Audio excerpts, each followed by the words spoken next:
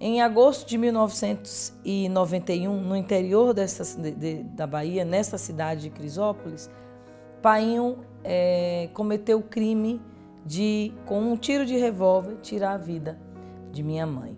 A uma distância de aproximadamente 2 metros, 1,5 metros, de costas. Quando mãe deu as costas, Painho atirou nela. Era uma madrugada, nesse dia 17 de agosto, que foi o dia que ela faleceu. Era uma madrugada de sábado, de sexta para sábado, quando Manha veio a falecer. No ato do tiro, eu e minha irmã nos levantamos e fomos para a frente de nossa casa, porque nós percebemos que era de lá que tinha saído esse barulho. E quando nós chegamos na sala, que vimos Manha estendida no chão, Painho levantou a cabeça dela e dali da cabeça de Manha já havia uma poça gigantesca de sangue. À medida que a gente recebia a notícia de morte de Manha, Painho estava sendo preso, porque a polícia, o delegado veio buscá-lo, né? Os meus tios já foi denunciado e aquela coisa toda. A partir dali começou um grande inferno, né? Mas não foi sempre assim, não é? Por quê? Manha casou com quem ela amava. Manha casou com meu pai por amor, isso é fato. E todos os amigos atestam a mesma coisa. O problema é que quando nós estávamos em casa só nós, a gente via que Painho bêbado era uma outra pessoa. A gente sabia que Painho, quando começava a beber, ele não parava. A gente sabia que Painho traía Manhinha, porque algumas vezes nós vimos Painho chegar em casa, além de bêbado, adulterado na sua genuinidade de esposo de pai. Por quê? Porque Manhinha havia buscado ele na palavra bem chula, né? Nos prostíbulos ou nos bregas, como a gente diz lá no Nordeste, da cidade vizinha. A mesma cidade da onde ele veio no dia desse crime. Mas nesse dia, infelizmente, nesta fatalidade, perdemos. Eu posso dizer, e agora? Foi a frase que eu disse à minha irmã abraçada entre crise nervosa quando vi minha mãe estendida. E agora? O que é que vai ser da nossa vida, né? Era a palavra pesada que veio no meu coração. Como vai ser a minha vida sem ela? Como vai ser a minha vida e a vida dos meus irmãos sem o alicerce, sem a alegria, sem o amor de minha mãe? Mas qual foi a grande virada da nossa vida? A minha experiência com Deus. Nós saímos do interior da Bahia para morar no interior de Sergipe, porque a pessoa que foi cuidar de nós era uma irmã de Painho e nós também não queríamos perder. Essa tia já havia morado conosco quando Manhinha estava viva e quando Painho ficou preso, porque estava a mãe morta, já enterrada, pai preso, né? Como é que vai ser a nossa vida? Os meus tios falaram, não, tem que chamar a Deilde. A Deilde é essa minha tia, irmã de Painho, porque já haviam morado conosco. As meninas e os meninos são apaixonados por ela. Chama ela para vir cuidar deles. Então, os meus tios, irmão de Manhinha, chamaram essa tia. Os desígnios da divina providência às vezes parecem estranhos, mas como de todo mal Deus tira um bem maior, nós tivemos que escolher. E naquele tempo, nós escolhemos ficar um pouco mais perto daquilo que agradava o nosso coração. E fomos morar com a minha tia, que era uma das irmãs mais novas de Painho, lá no interior de Sergipe, junto com a família de Painho. Nós não tínhamos nenhum problema, né, com a família. A fatalidade foi Painho ter tirado a vida de Manhinha. E mesmo quando nós fomos para Sergipe e ele foi solto, Painho foi solto, porque nós escolhemos estar com a família dele. Então foi um álibi muito grande. Então ele foi respondendo o condicional fora, né? Não foi absorvido do seu crime. Ele alcançou a liberdade condicional pelo fato de estar criando os filhos. Se ele fosse justo com os filhos e cuidasse dos filhos, a pena dele ali ia sendo amenizada. E assim foi. Só que na realidade, dentro da nossa casa, Painho não mudou. Painho, durante aquele primeiro ano que nós fomos morar com minha avó, ele sumiu, não sei nem direito onde é que ele foi parar. No primeiro ano que fomos morar juntos com ele, só nós, sem vovô, sem vovó, sem as tias, tendo só a visita esporádica de minha tia para nos ensinar Agora, a cuidar de uma casa, a cuidar das crianças, né? Eu aprendi a cuidar dos meus irmãos muito cedo, a ser mãe deles, né? Uma irmã mãe que põe para tomar banho, que põe a comidinha, que bota para dormir, que leva para a escola, que ensina a fazer tarefa, tá muito cedo. E ali a gente foi percebendo, nesse ano já só com meu pai, todas essas coisas que ele vivia no ano que a gente não conheceu, não conseguia estar perto dele. O pai bebia e destruía nosso dinheiro, porque nós somos pensionistas de minha mãe, funcionária federal. Então, ele destruía o nosso dinheiro com jogo, com bebida, com mulher, subornando juiz no interior da nossa comarca na Bahia, mudando o curso das coisas e nos entregando o mínimo possível. Até um tempo que ele quis nos impor uma mulher dentro de casa e começou a deixar a gente passar vergonha de dívidas que ele fazia e não pagava. Aí eu comecei a gritar dentro de casa. Até que um dia eu cheguei assim: o Senhor já matou a minha mãe, o Senhor já tirou a vida dela, já destruiu tudo que a gente tinha, já ninguém mais sonha nessa casa. Agora vai querer botar aqui? Não, você é um assassino. E dei aquele brado dentro de casa, chamando pai de assassino, porque ele tinha proibido da gente ir em uma festa. Eu fiquei com tanta raiva. Quem é você, né? Quem é você? Esse alguém que destruiu tudo, de repente quer ter acesso, quer mandar até aqui? Não. Aí eu dei um grito. Para mim, aquele grito parecia uma rebeldia, mas foi um grito que estava entalado de uma liberdade que eu precisava ter, né? A gente engoliu saudade, engoliu tristeza, engoliu dor, engoliu solidão, engoliu dúvidas, até ali, até aquele dia. E eu comecei a exigir de Painho algumas respostas que ele já não estava nos dando. E não tinha o direito de colocar ninguém dentro de casa. Foi nesse universo inteiro que eu dizia que a casa era um inferno, que o pai estava desse jeito, com as memórias afetadas assim, as lembranças dessa forma, que eu disse que Painho era o pior inimigo do meu coração e da minha vida. Eu tinha ódio. Passei do não ter nada a ter muito ódio, né? Minha irmã casou para sair de casa, ficou eu e ele e as crianças. Eu falei: eu não consigo estudar, cuidar de casa, 2 crianças e de Painho, não dou conta. Então, a minha tia, meu irmãozinho mais novo, eu tinha um irmão de 11 meses quando manhã morreu, um outro de 5, eu tinha 10 e minha irmã 14. Então, quando minha irmã casou, 4 anos depois que manhã faleceu, 3 anos depois que manhã faleceu, mais ou menos, eu ainda era muito nova. Eu tinha 13 para 14 anos e não conseguia cuidar de tudo isso. Aí minha tia pegou meu irmãozinho mais novo e foi ficar com ele. Então, dentro desse universo, eu entrei em depressão. Eu não tinha ânimo para viver, não. Tantas perdas, né? Tantas separações, né?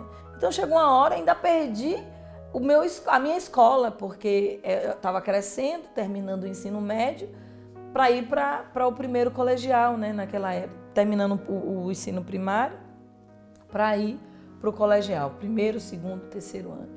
E ali eu mudei de escola, e a escola que eu escolhi, o meu colegial foi técnico, já entrou em greve, né? E falei: e agora? Perdi meus grandes amigos da sala de aula, não posso nem ir para a escola, ou seja, eu tinha que ficar todos os dias ali dentro daquela realidade. Era barra, era difícil, então eu não queria ver mais nada nem ninguém. Quando a gente está na fraqueza, não tem mais o que fazer, é onde a força de Deus se manifesta, sabia? E eu lá no meu fundinho de poço, sem querer nada, nem ninguém, nem coisa alguma, Deus mandou um anjo, uma insistente, a menina que era mais ou menos vizinha, né? Era 5 casas depois da minha casa, ela residia, mas era alguém que tinha estudado na mesma escola que eu, até eu mudar e ter que a minha escola na capital ter entrado em greve. Então, esse período que eu fiquei de greve da minha escola dentro de casa, que foi agravando essa minha tristeza, foi onde a Luciana entrou para insistir em me chamar para ir para a igreja. E eu dizia, eu não quero não, muito obrigado. E eu disse não para ela inúmeras vezes. Até que um dia, eu costumo dizer que eu contei, que se eu fosse contar quantas vezes eu dei não para a Luciana, passava de umas 30 vezes. E aí eu cheguei uma vez que fiquei com vergonha. E falei, para essa menina parar de me chamar, sabe? Sabe o que você faz assim? Para ela parar de me chamar, eu vou. Aquele colega chato, deixar de lhe encher tua paciência, disse, tá bom, eu vou para se livrar da pessoa. Eu fui para me livrar de Luciana. E no final das contas eu me livrei, foi da minha tristeza. Porque quando eu disse sim para ela, eu fui para aquela reunião do grupo, né, que ela participava. Eram bastante, mais ou menos uns 50 jovens e uma religiosa que era moderadora daquele grupo. Eu fui ali, fiquei num canto, só observando aquilo que aquele povo vivia. E eu falei, é isso que eu acredito para a minha vida. Nunca mais. Desde aquele setembro de 96, eu saí da Santa Igreja. E a partir daquele dia, a igreja passou a ser a minha grande mãe, a minha mestra, a minha educadora, a minha orientadora e também a minha amiga. Eu sou apaixonada pela fé católica. E ali, meus irmãos, eu fui para minha casa depois determinada, decidida a voltar, a de alguma forma tirar a minha vida daquele fundo que ela estava, com a força daquele amor que eu havia, ainda que em faíscas, experimentado naquela tarde. E 3 meses depois, 2 meses e meio depois desse dia, eles já iam para um retiro de experiência, de encerramento daquele ano do grupo, mas como eu havia entrado já perto desse retiro, não tinha participado do grupo, então eu e mais umas 2, 3 pessoas que tínhamos acabado de chegar no grupo, a gente não ia poder participar deste retiro, mas eu chorei tanto. Eu falei, como é que o senhor me traz para esse negócio e vai me deixar de fora do banquete? Não quero. Eu comecei a insistir, né? Eu sou insistente quando eu quero uma coisa. Então, eu comecei a insistir, mas por quê? Por que eu não vou participar disso? Me diga o que é que eu tenho que fazer para poder participar desse grupo. E aí elas impuseram um desafio lá, olha, Xanda, tudo bem. Então a gente está vendo que você quer participar muito, mas para não ser injusto com todos os outros, você vai precisar fazer isso, aquilo. Eu fiz tudo dobrado, que era para não ter erro de eu não participar, né? Eu e uma outra colega. E aí fomos participar daquele retiro. Este retiro mudou a minha vida. Porque aquele Deus em fragmentos, que era amor, que eu havia experimentado no primeiro dia desse grupo, ele veio gritar dentro do meu coração. E eu me lembro como hoje, a experiência de sentir, de ser tocada, de ser visitada dentro de mim pelo amor de um Deus que disse, eu te fiz obra-prima das minhas mãos. Eu te fiz para ser feliz, eu te fiz para ser livre, eu te fiz para algo superior. E ali, eu na minha periferia, né, no inferno da minha casa, não me achava merecedora mais, né, porque a gente vai se acostumando, infelizmente, com o pecado, com a vida ruim e com a limitação desta vida ruim, pela sequência de todos os dias estar vivendo a mesma coisa, a gente acha que a gente só tem direito àquilo. E eu tinha certeza que eu ia voltar para casa, Painho estava do mesmo jeito, a minha casa estava da mesma forma, mas eu não estava mais. Eu voltei para minha casa, uma semana depois, certinho, Painho quase me matou. Uma briga terrível dele com minha irmã, porque minha irmã casou, voltou para casa. Meu irmão saiu desesperado na cidade, correndo para me buscar. Quando eu cheguei em casa, Painho já tinha quebrado tudo. Estava quase já dando na cara da minha irmã. Eu pulei nele e gritei mais uma vez, chamando ele do que ele era.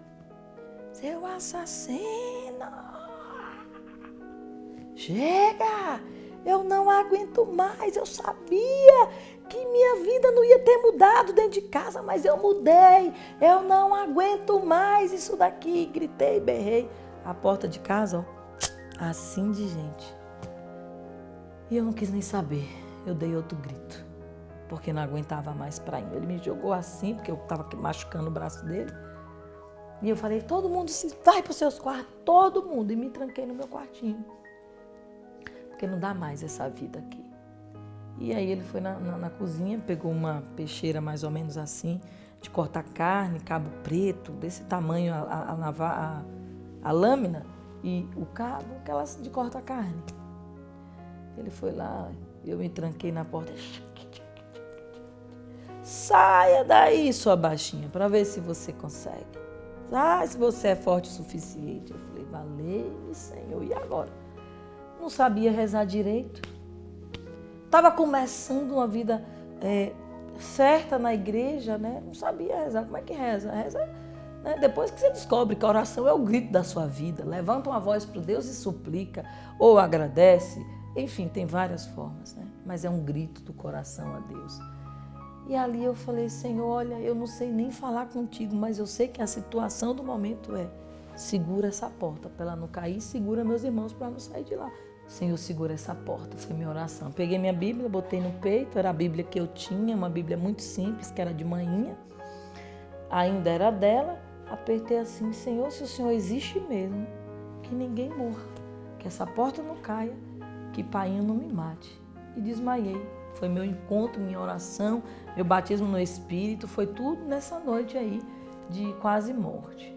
Quando eu acordei assim, do nada, Painho estava assistindo televisão, fumando, tudo quieto, nem do quarto eu saí. No outro dia nós tiramos um saco de lixo de louça, de cadeira quebrada, de tudo que ele havia estragado. E aí eu falei, Senhor, é daqui para frente, não aguento mais essa vida não. E o Senhor interviu, sabe?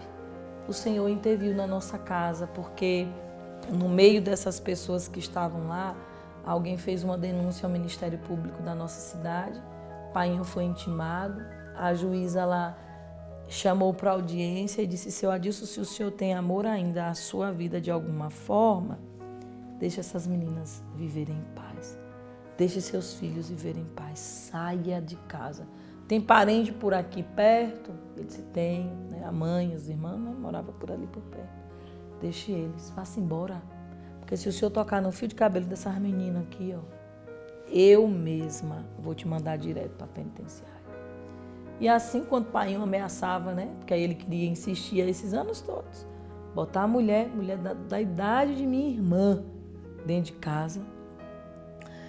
O jogo continuava destruindo, não gostava de trabalhar, nada que você puder imaginar. Painho queria viver no pecado e destruindo o nosso dinheiro e que ninguém cobrasse ele de coisa alguma.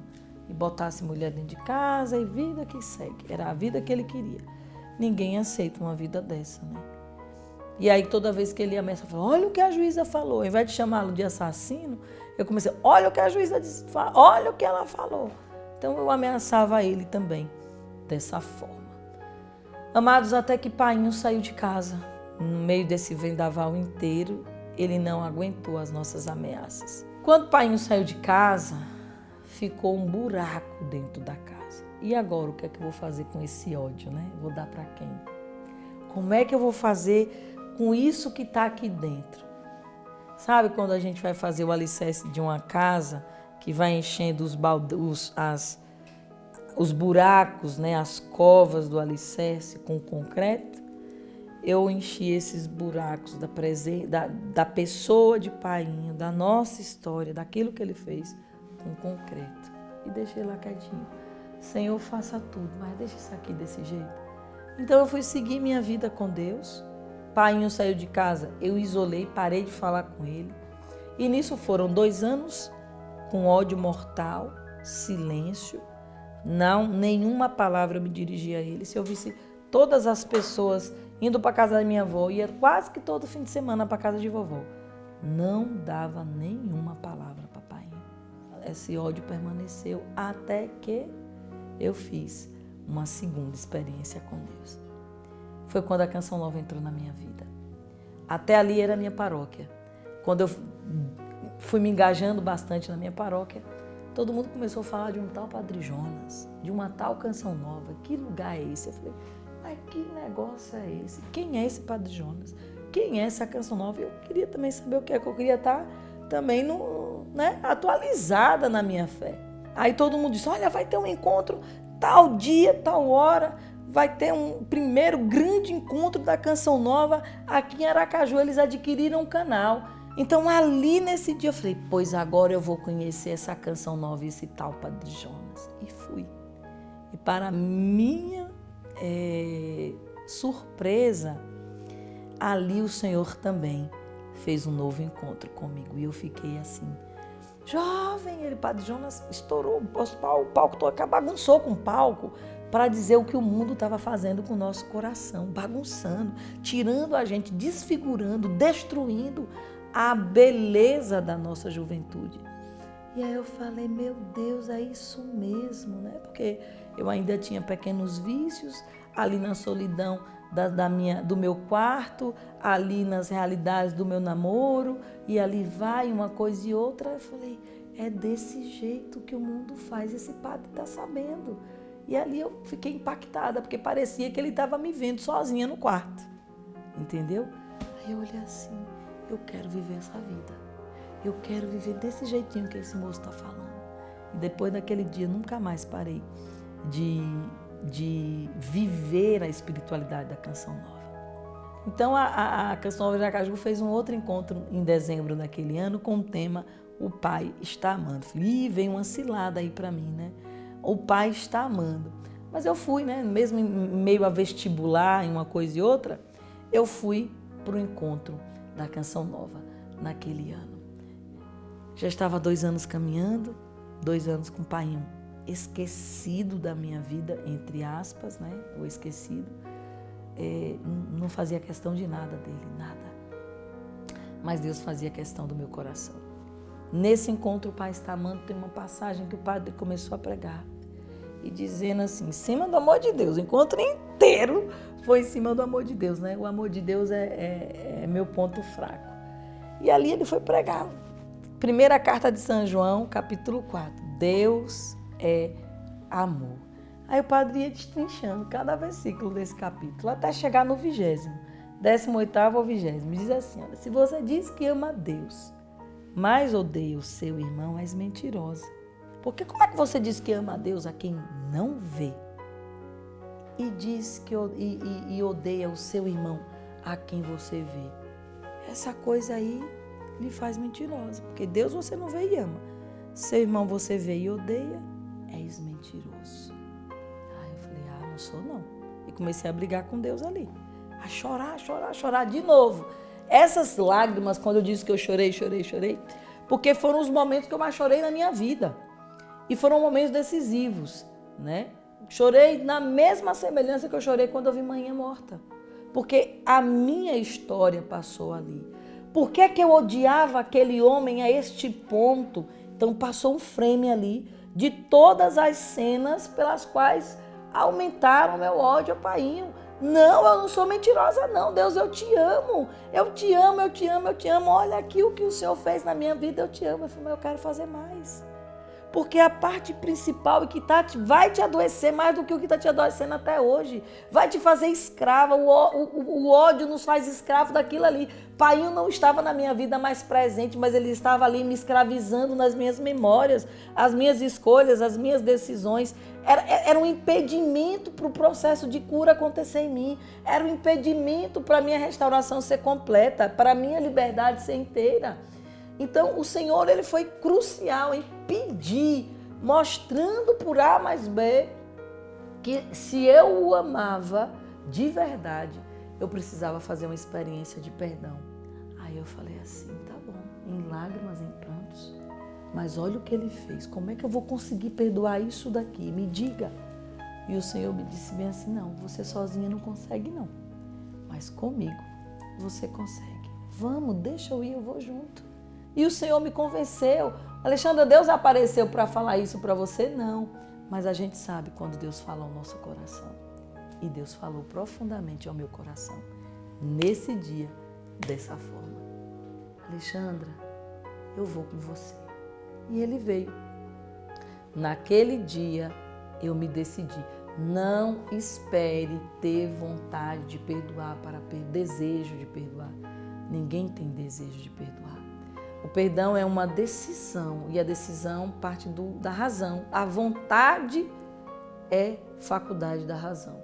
Então, eu não tinha desejo, afeto de perdão, mas eu tinha a necessidade de me tornar livre a partir daquela decisão, para que Painho desaparecesse do controle das minhas emoções, das minhas decisões, das realidades psicoafetivas da minha vida.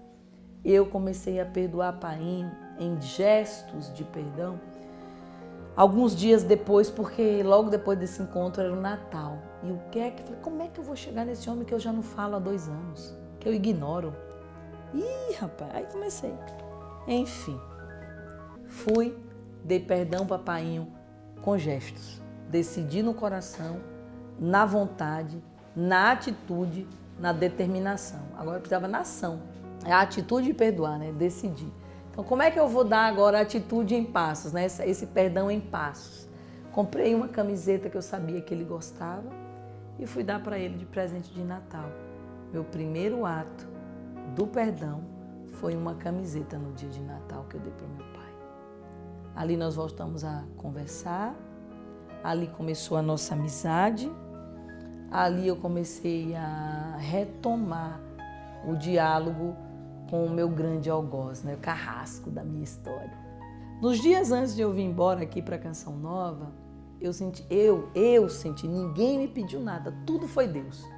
Eu senti no meu coração a necessidade de conversar com o Painho sobre o que havia acontecido. E conversei. Naquele dia, naquele diálogo, eu me lembro como se fosse hoje, não me esqueço de nadinha. Cheguei de Aracaju no interior, vovó, o Painho tá aí, da porta de fora da casa de minha avó. Ô, minha filha, que bom que você está aqui. Ele acabou de descer. Eu falei, benção, avó, daqui a pouco eu volto. E parti em direção ao sítio que o Painho tinha descido para mexer na terra, na roça, para eu não perder a coragem e o motivo pelo qual eu havia saído de Aracaju para ir falar com o Painho lá no interior, em Itaporanga. E aí eu peguei Painho no meio do caminho e, por incrível que pareça, foi em frente a um boteco, né? É um botequinho do interior, aqueles botecos mesmo. E ali eu sentei e comecei a conversar com ele. O rapaz foi saindo assim, né? O dono do boteco, que era amigo dele, já viu que a conversa ia ser meio delicada. Eu falei, Painho, olha, eu vim aqui para conversar com o senhor e tem que ser agora, para eu não perder a coragem. Aí ele, lá vem você com suas conversas. Aí eu falei, aí comecei a rir, senta aí. E a gente começou E a gente sentou e começou a conversar. E aquele riso se transformou rapidamente em muitas lágrimas, porque eu falei, Painho, o senhor sabe que eu estou indo embora, não sabe? Sei, minha filha, você tem certeza que você quer ir? Você acabou de ser promovida, você está bem no seu trabalho, agora que as coisas estão ficando tudo certinho, você quer ir mesmo? Né? E realmente, minha gente, olha, era a melhor fase. Tá vendo como o perdão em uma vida honesta vai integrando, vai nos dando bens, vai nos dando as coisas. Deus abençoa quando a gente está na luz. Então, eu tinha sido promovida, a gente já estava no apartamento legal, as coisas estavam acontecendo, meus irmãos, minha irmã, estava tudo encaminhado. Mas eu falei assim, é por isso que agora eu estou pronta, porque eu tenho bastante coisa para deixar. E aí eu falei, é isso que eu quero, pai. Eu esperei todos esses anos para chegar aqui. Então tá bom, se é isso que você quer, eu falei, é isso que eu quero. E eu vim pedir a sua bênção. Gente, fazia anos que eu não pedia a bênção ao Pai. Se o Senhor não me abençoar, eu não vou, porque eu entendi também o poder da bênção. Né? Tudo isso é a igreja me formando. Aí ele falou, se é isso que você quer, Deus te abençoe. Eu falei, mas tem mais uma coisa. Ele, manda. O Senhor sabe que eu te perdoei, não sabe? Sei. Sabe por que eu te perdoei, não sabe? Sei, minha filha, foi por causa do amor de Deus, não foi? Eu falei, foi por causa do amor de Deus. É isso mesmo. E ali eu falei, olha, Painho, mas eu preciso dizer para o Senhor que eu te perdoei. E comecei a dizer para Painho que perdoei. Do dia que ele matou Mainha, levantou a cabeça dela. das vezes que ele foi ausente, do roubo, das palavras, das loucuras que ele havia feito, das humilhações, da casa quebrada, da faca do Senhor quase ter matado. Pai, o Senhor, olha, eu te perdoei por aquele dia que o Senhor quase me matou. Eu te perdoei, Pai, pelo Senhor nunca ter dado um beijinho em Marcelo e Marcílio e dizer que eles eram amados pelo Senhor, meus irmãos. Eu fui narrando tudo, chorava ele, chorava eu, porque a nossa história passou de novo ali ao limpo daquela conversa. A minha vida estava sendo não somente perdoada, eu não havia dado apenas um perdão, mas o perdão a gente dá para quem nos magoa. A reconciliação é um benefício do perdão para nós. É um benefício do perdão. E aí, entre lágrimas, eu e ele falou, minha filha, eu não tenho nada para lhe dar, mas agradeço, né? O meu perdão libertou o Painho também. E ele pegou e encheu a mão, ele ia para a roça sempre, eu gostava muito de doce também, de balas. Ele encheu a mão dele, tirou a mão cheia do bolso de balas a esquise e deu para mim. E ali ele mal sabia que ele estava devolvendo a minha infância e tudo que ele nunca tinha dado para mim, de afeto, de carinho. Um gesto de ele saber que eu gostava de docinhos fez com que aquela conversa se tornasse mais amorosa, mais bonita, mais afetuosa. E aí a gente se abraçou e eu falei, cumpri minha missão. Lhe espero agora lá na Canção Nova para minha despedida. E ele foi, viu? Foi muito bem acolhido, foi muito bem... assim, foi uma coisa, ninguém acreditava que Painho estava lá, porque só ouvia falar da minha história, mas nunca tinha visto o rosto dele. 2 anos depois que Painho esteve aqui na Canção Nova, um câncer tomou conta dele. Da próstata foi para os ossos. 85% dos ossos de Painho foram tomados pelo câncer. Mas o que Painho viveu aqui serviu para a vida dele, todinha. Painho saiu daqui sem fumar, fruto da sua confissão. Confessou, foi perdoado, está vendo os frutos do perdão? Da reconciliação? Saiu sem fumar daqui. Painho saiu daqui com um amor ardente à Mãe Rainha, onde a gente reza o terço. Ele começou a levar a Mãe Rainha para dentro da casa dele e a rezar o terço. Quando ele foi acometido pelo câncer, ele já tinha vivido a confissão, já tinha parado de fumar, já estava recebendo Nossa Senhora em sua casa e a vida dele já estava mudando. Painho teve os filhos do lado dele e com 7 meses de descoberta do câncer, ele entrou em fase terminal, 7, 8 meses. Eu pedi a Deus 20 dias para conviver com o Painho e encerrar com ele a última etapa da nossa vida. Deus me deu eu tinha uma passagem de avião de 20 dias. No 19º dia, Painho morreu nos meus braços, nos braços do meu irmão. Painho fez o viático correto, a unção dos enfermos, a confissão, recebeu a Eucaristia, rodeado pelos seus filhos, perdoado com a Mãe Rainha do lado. Rezamos o terço, rezamos o rosário. Painho estava bem. E ali eu falei uma hora, chega Deus, já deu. Nós estamos tudo aqui mesmo do lado dele, já perdoamos.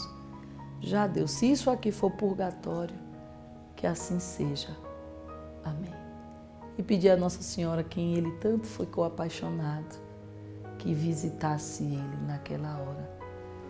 E como maior fruto da reconciliação, foi a visitação de Nossa Senhora naquela manhã do dia 28 de setembro de 2009, quando eu pedi a visitação dela no 2º mistério gozoso, para visitar aquele filho que era uma ovelha perdida, mas que havia sido encontrada. Merecia também ser cidadão do céu. Rodeado dos outros filhos, Painho partiu para a glória de Deus. Limpei ele bem bonitinho, dei um beijinho na testa e disse, Painho, o Senhor sabe que eu te amo, não sabe? Vai com Deus. E deixei ele partir com Nossa Senhora, banhado desse amor, que tudo pode realizar, porque para o amor de Deus, nada é impossível. E assim está a minha história de reconciliação.